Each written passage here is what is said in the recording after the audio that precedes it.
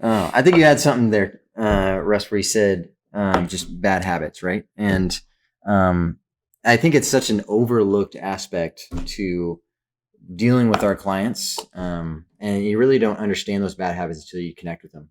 And I think you don't really get to it on the first day. You get to it after a few sessions, and certainly after maybe an extended period of time of relationship building. But it's absolutely something you have to zero in on because it affects their healing, affects their progress, and there's so many things you educate them on, and tools you can give them to try to master it. Yeah, no doubt about it. So one thing that we see, obviously, with inflammatory conditions, and it can be anything post-operatively, or it could be something more of acute injury, or it could be something, frankly, that's been relatively chronic, in my opinion. I think you see the same thing when we look at inflammation.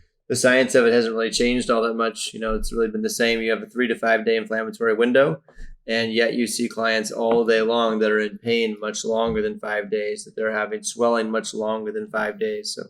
So why is that happening? Why are we having this recurrence of symptoms? If you really kind of limited and controlled variables and we got it down, the science suggests pretty strongly that this inflammatory process should be a very short window of time, but yet we see it oftentimes carried out much further. So maybe they re-inflame themselves, which happens often. They get a little confident, get a little better, and then re-aggravate.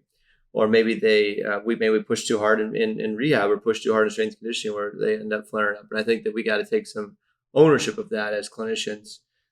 To did we cause some inflammatory process? Maybe we didn't hurt them. Maybe we caused the inflammatory process, which ultimately will slow down the thing. So consider that in the progression.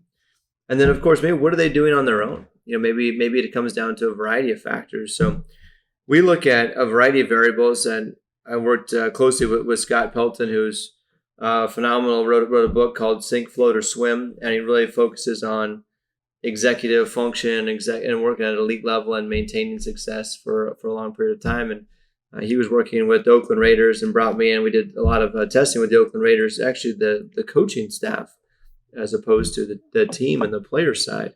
And we really looked at this aspect of recovery, of lifestyle, and all these other variables that really impact their quality and their success in their life and their pain levels in many ways. So it's really cool.